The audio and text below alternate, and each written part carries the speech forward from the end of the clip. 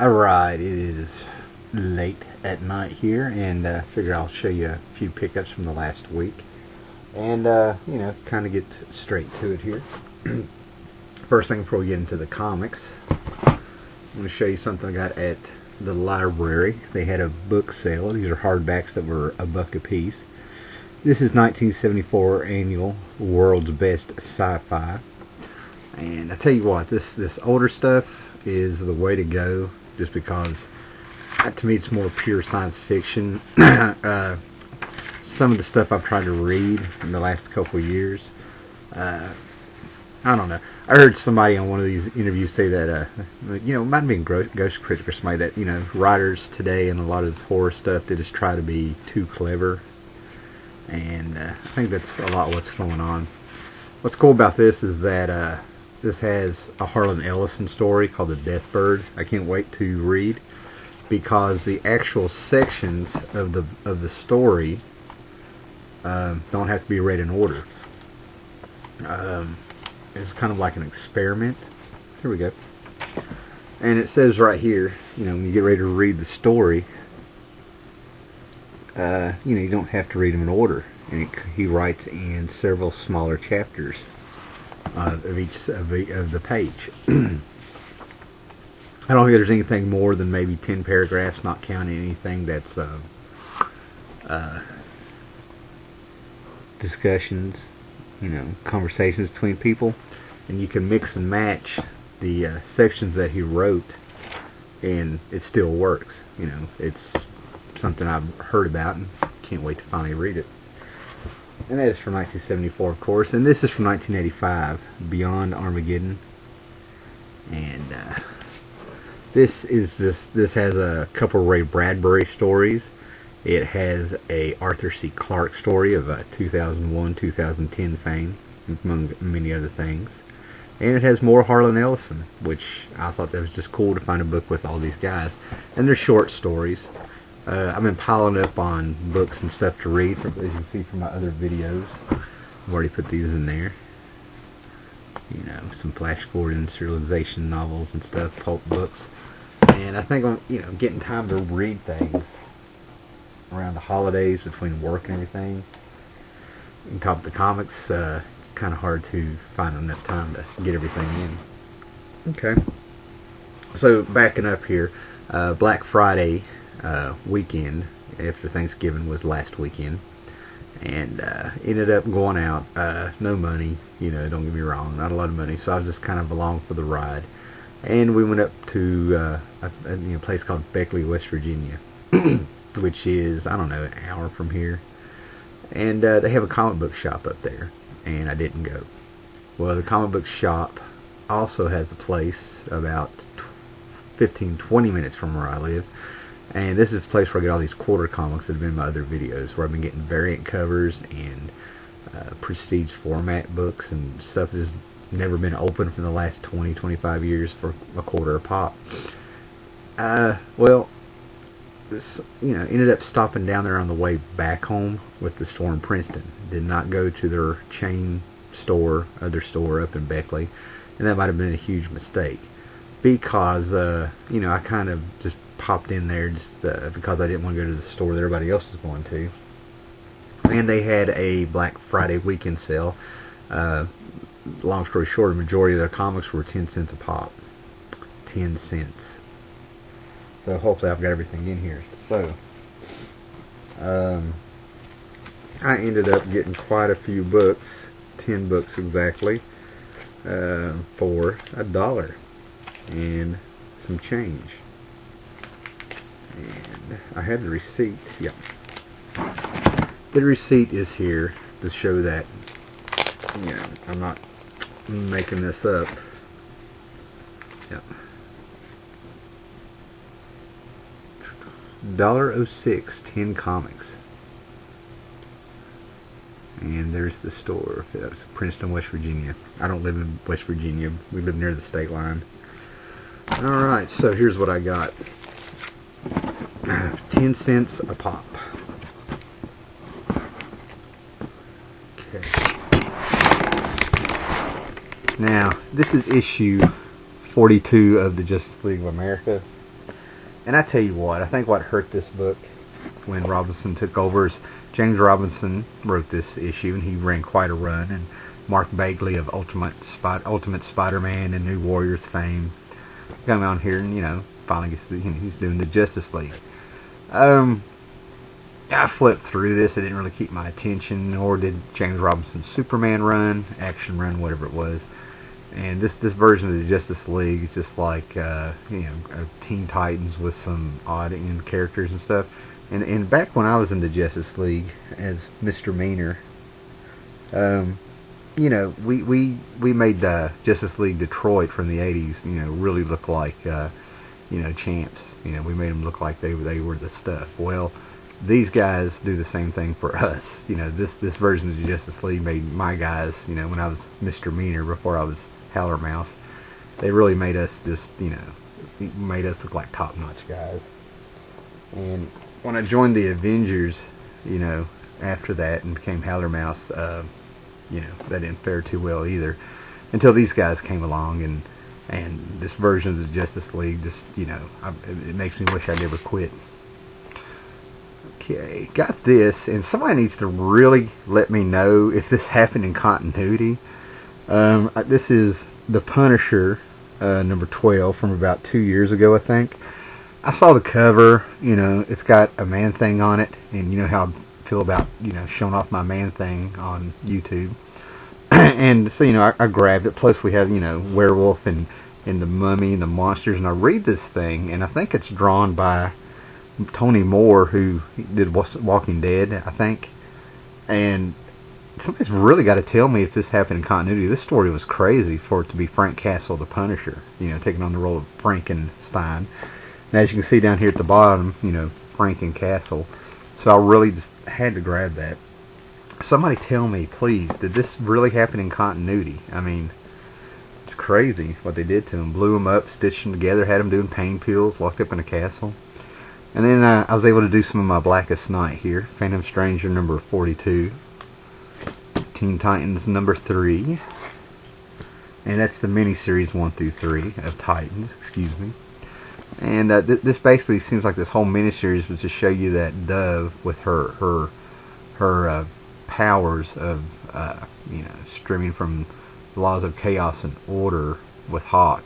Well, apparently within her, she seems to have that white light that kills the zombies and the rings and everything. So, it wasn't bad.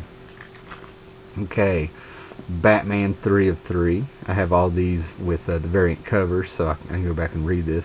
And that is, it was kind of cool because we have, two ex-Robins running around in their new identities. That's Dick Grayson Robin, and of course Tim Drake is Red Robin in his Dr. Midnight outfit. Teen Titans 78, which I got a feeling this is going to be lame.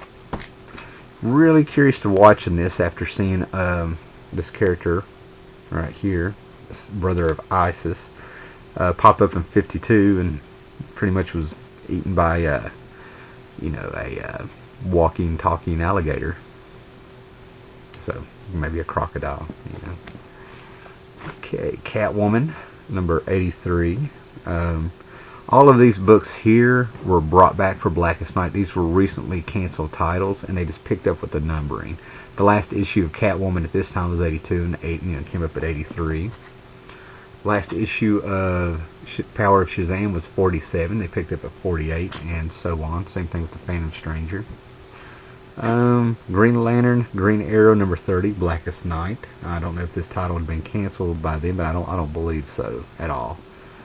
Really interested in reading this one. A little play on the classic Neil Adams cover from the 70s.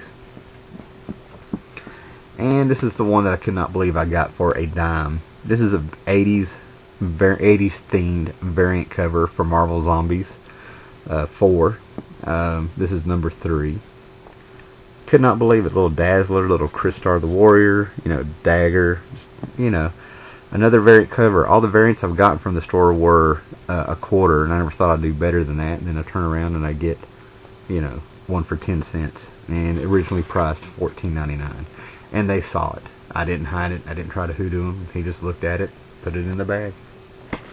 Okay. Now, before I stopped in that store, I hit an antique shop and got this. This is a 51-year-old book, Dennis the Menace in Hollywood. And I could not believe what good shape it was in. Square bound, okay.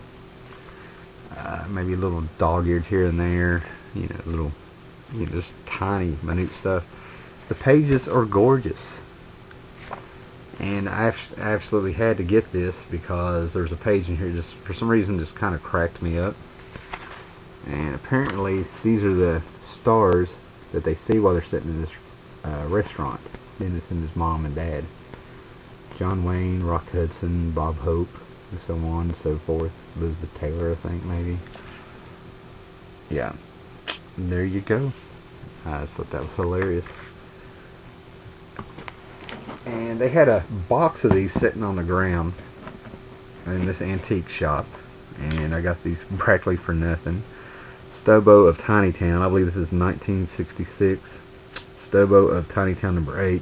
I honestly, if I've heard this character, I forgot all about him. Same thing. And the thing about this one, whoop, is the pages are gorgeous, creamy white in most of these.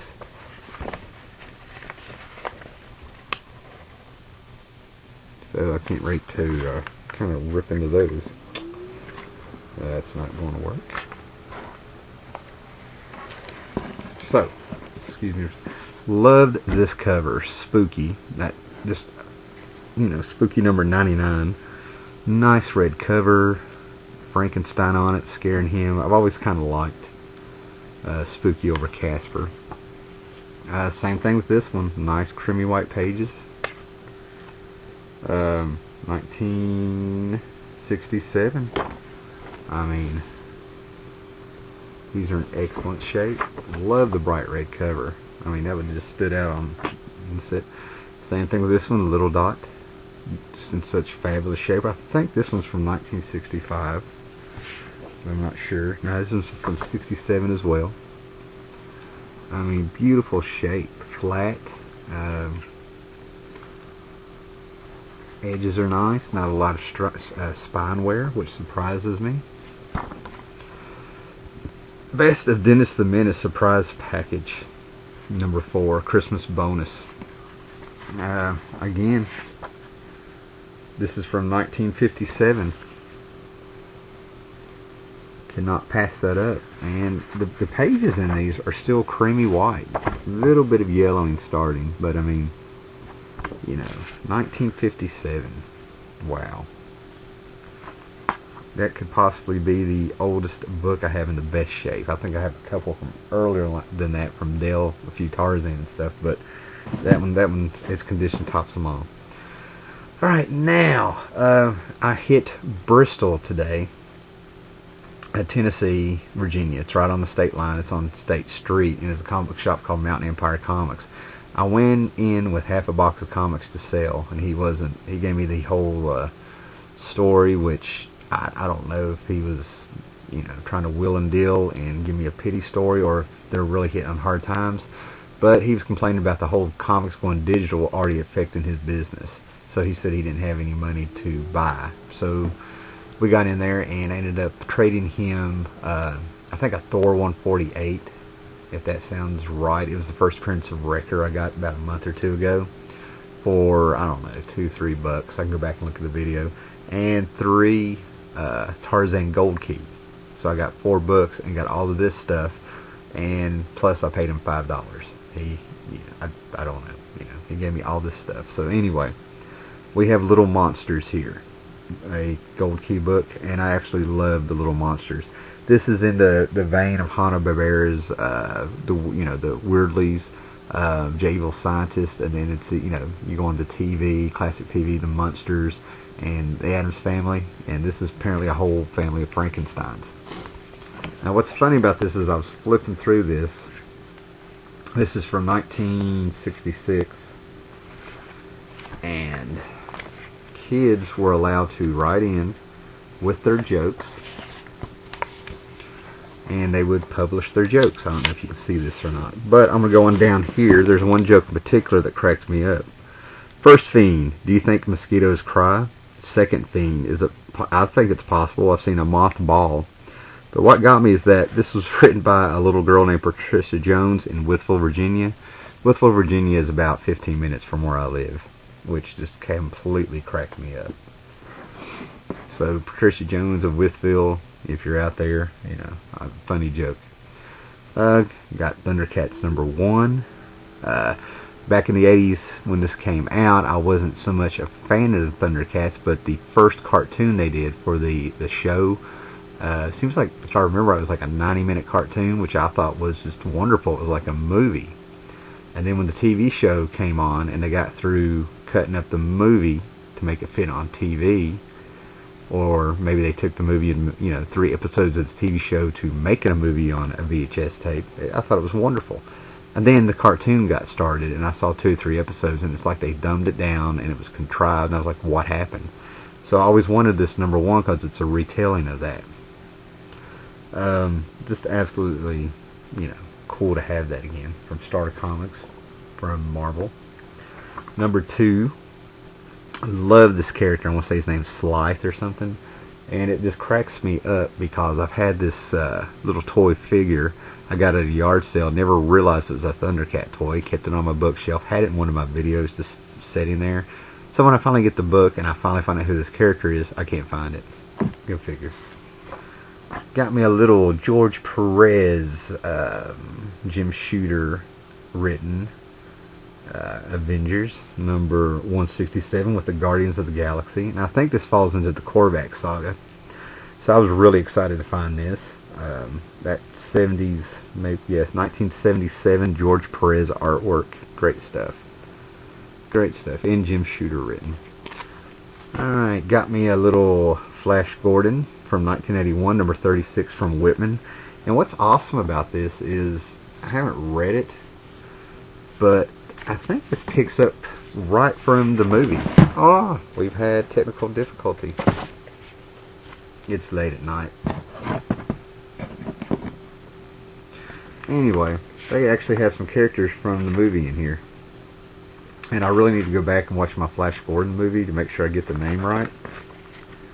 Because the character's name really escapes me, and this could not be what I think it is here. This is a character from the movie. He was more or less being the merciless you know, right-hand man. And they spell his name K-L-Y-T-U-S.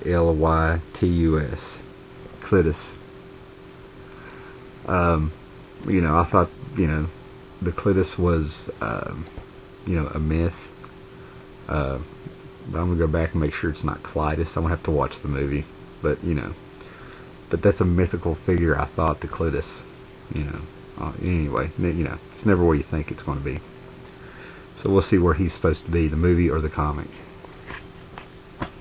Alright, so we fast forward 30 years and we get Flash Gordon Zeitgeist #1 for $1 from Dynamite. And I'm really starting to dig Dynamite and becoming a fan. It's kind of like, with all the pulp characters and licensing that they're getting, and Alex Ross on board, it's almost like they're taking, you know, what Gold Key did, and they're going. Alright, man, I'm going along here.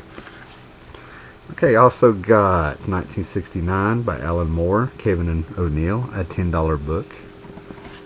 And I got Archie Meets Kiss, which this is going to be a 4-part series. It came, you know, part 1 came out this month.